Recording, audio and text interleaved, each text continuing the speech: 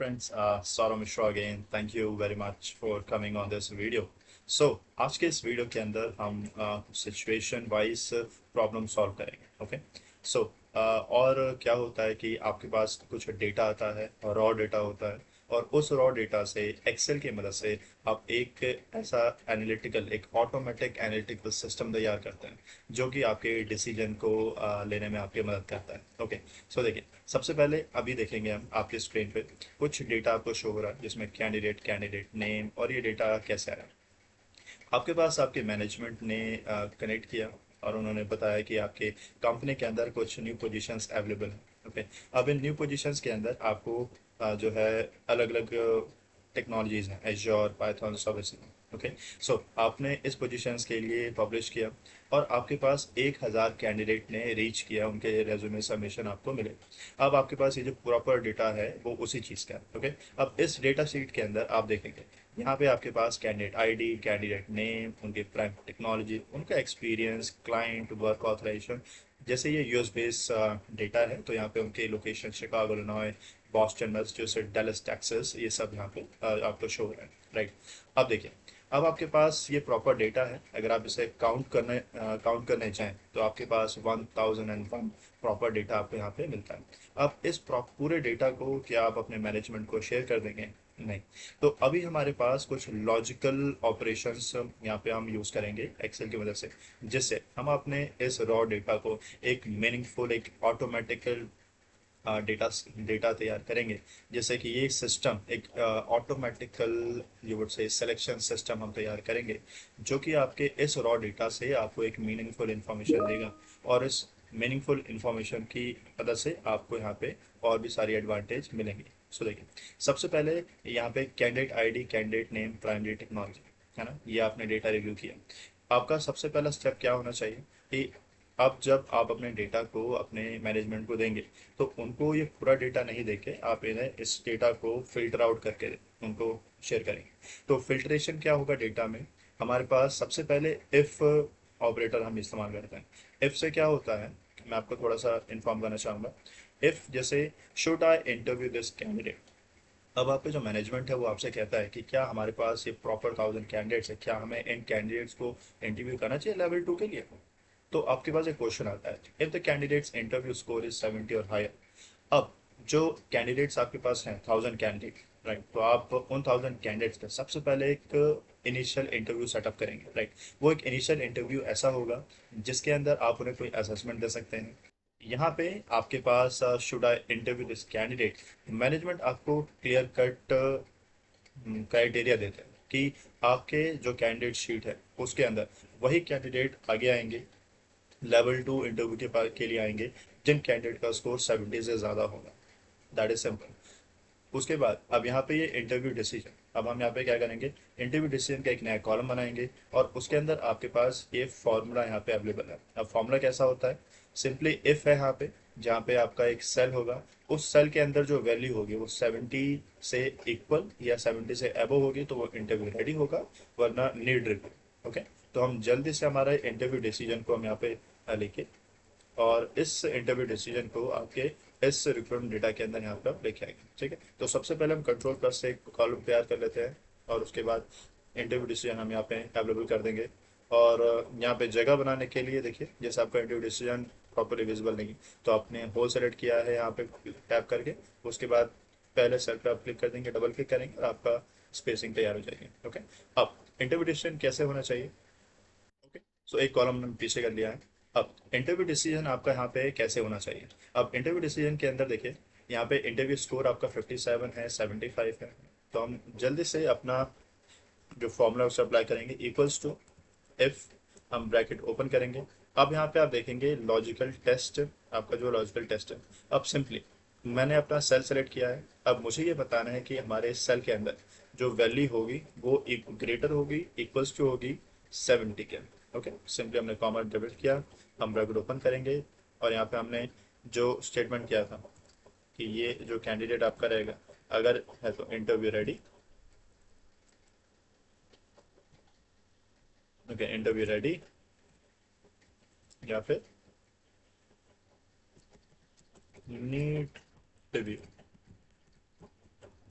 Okay, हम bracket close करके enter press कर देंगे। ऑलराइट, अब यहीं पे आपके इस सेल में आपका जो बॉर्डर सेल, आप इसमें क्लिक करके डबल टैप कर दीजिए, तो आपके पास सारा डेटा यहाँ पे आ जाएगा। ओके, अब देखिए, अब हमारे पास सेकंड ऑप्शन क्या होगा यहाँ पे। अब इंटरव्यू डिसीजन आपके मिल गया है। अगर आप फिल्टर क्लिक करके आप सेलेक्ट ऑल में जाके अगर आप इंटरव्यू रेडी पे क्लिक करेंगे, ओके करेंगे, तो आप देखेंगे आपका टोटल 512 काउंट आ चुका है। अब जो आपका डेटा था वो एकदम से हाफ हो गया है आपके इफ कंडीशन को अप्लाई करने से।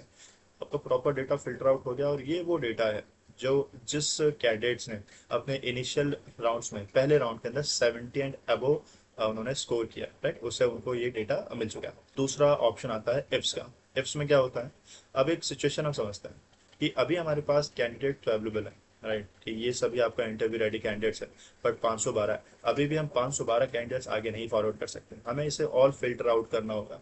तो हम क्या इन कैंडिडेट्स को जो है रेटिंग दे सकते हैं, राइट। जैसे कि अगर कोई कैंडिडेट 90 और 90 के अबव है तो हम उसको एक्सीलेंट कह सकते हैं।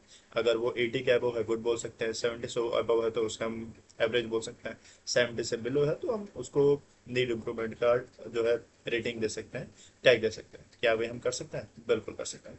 और यहाँ पे इफ्स आपका यही सॉल्व करने के लिए आपको होता है। अब जैसे इसमें क्या होगा, क्वेश्चन आपका सिंपल पूछा गया है, what should I do with this candidate, कि इन कैंडिडेट से हम क्या करें। Don't just tell me if they are ready, सिर्फ मुझे रेडी मत बताएं, मुझे बताएं how strong the candidates yes. अब हमें क्या करेंगे, कैंडिडेट रेटिंग नाम से कॉलम क्रिएट करेंगे। इसमें हमारे पास यहाँ पे अवेलेबल है कि स्कोर जब 90 से अबव होगा एक्सीलेंट, 80 से अबव गुड, 70 से अबव एवरेज, तीन इम्प्रूवमेंट, और ये आपका सिंपल फॉर्मूला है।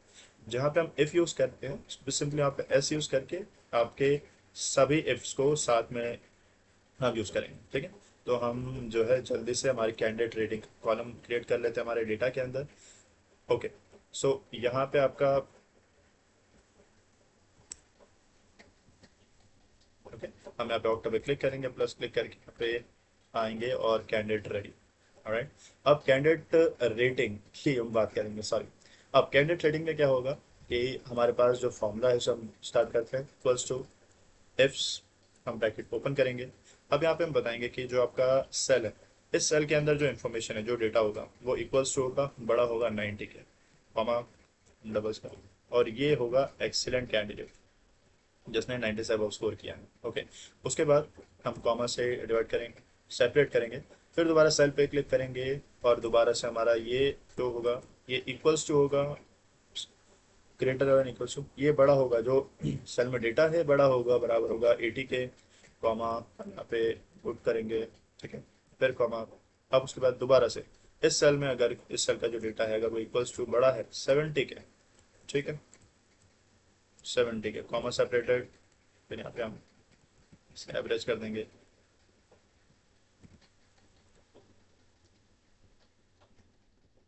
ओके, उसके बाद जो है सिंपली आप दोबारा से हम आपके कॉन्फ्लिक्ट, अब जहाँ पे अब ये डेटा अगर 70 से कम होना शुरू हुआ, उस केस में हमें नीड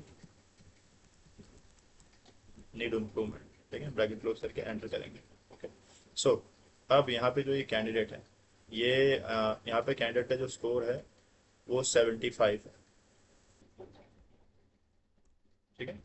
तो यहाँ पे 57 होगा तो इसमें नीड इम्प्रूवमेंट होगा, और ये हम यहाँ पे डबल टैप कर देंगे। ओके, सो अब आप देख सकते हैं कि 75 तो एवरेज है, 64 में need improvement.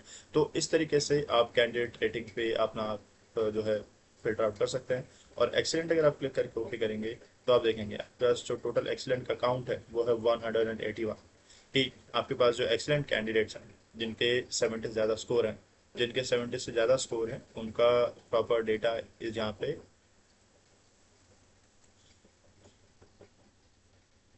Okay, so candidate rating आपको यहाँ पे 181 मिल चुकी है। ग्रेट, अब हम दोबारा से इसका जो है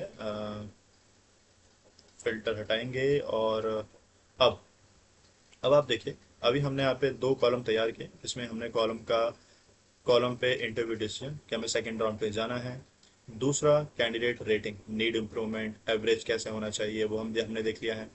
उसके बाद अब हम देखेंगे नेक्स्ट ऑप्शन जो कि हमारा है एंड। ओके, अब देखें एंड में अगर आप देखते हैं तो यहाँ पे आपके वो शो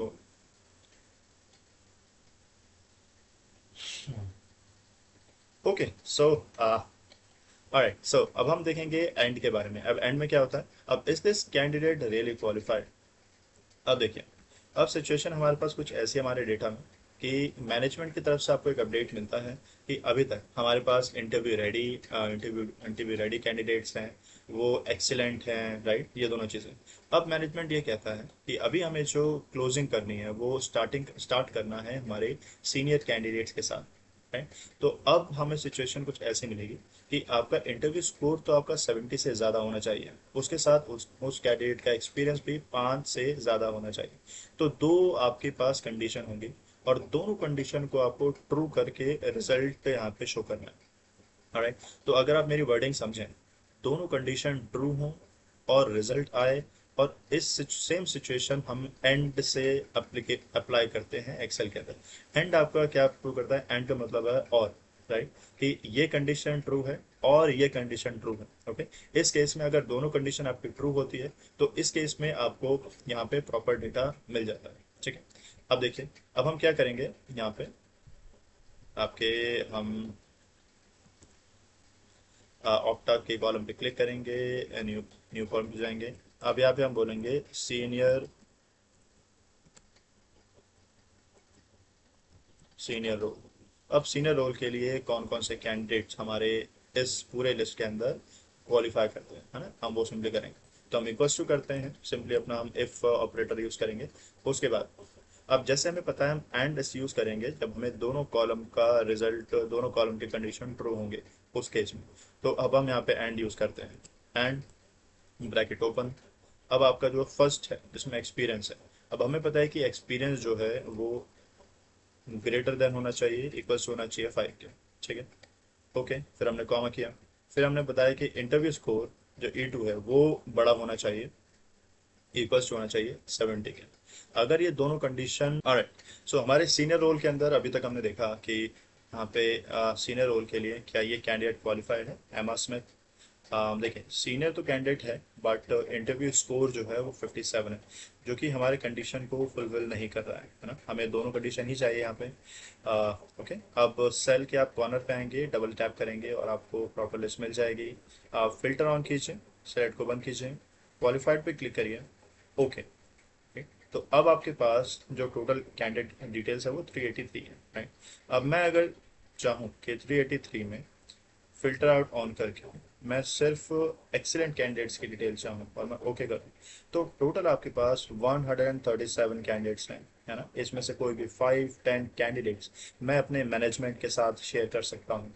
अब इससे एडवांटेज ये रहेगा कि ये प्रॉपर डेटा जो होगा कैंडिडेट का, मैनेजमेंट कोई भी कैंडिडेट पिक करके उनका इंटरव्यू लेते हैं तो दे विल बी फीलिंग कि उनके क्राइटेरियाज मैट हो रहे हैं और वो अपना डिसीजन इजीली ले सकते हैं। ओके, सो यहाँ तक कि हमारे इस वीडियो के अंदर आपने देखा कि एक excel automatic decision making system कैसा होगा। अब एक छोटा सा मैं गो थ्रू करना चाहूँगा कि अगर मेरे पास ये जो कैंडिडेट है विलियम टेलर, राइट, हम जो है फिल्टर को पहले ऑफ कर देते हैं, नॉट क्वालिफाइड क्वालिफाइड लेते हैं। ओके, अब रियल टाइम में क्या होगा कि ये 4 है, जो एमेलिया ब्राउन है ना, 4 साल का एक्सपीरियंस है और ये नॉट क्वालिफाइड है। अगर मैं यहाँ पे ऐड कर दूँ तो ये क्वालिफाई हो जाएंगे बिल्कुल। तो यहाँ पे, तो अब आपका जो क्वालिफिकेशन है वो कंप्लीट हो चुका है और आपको यहाँ पे डेटा मिल गया है। Okay, so thank you very much.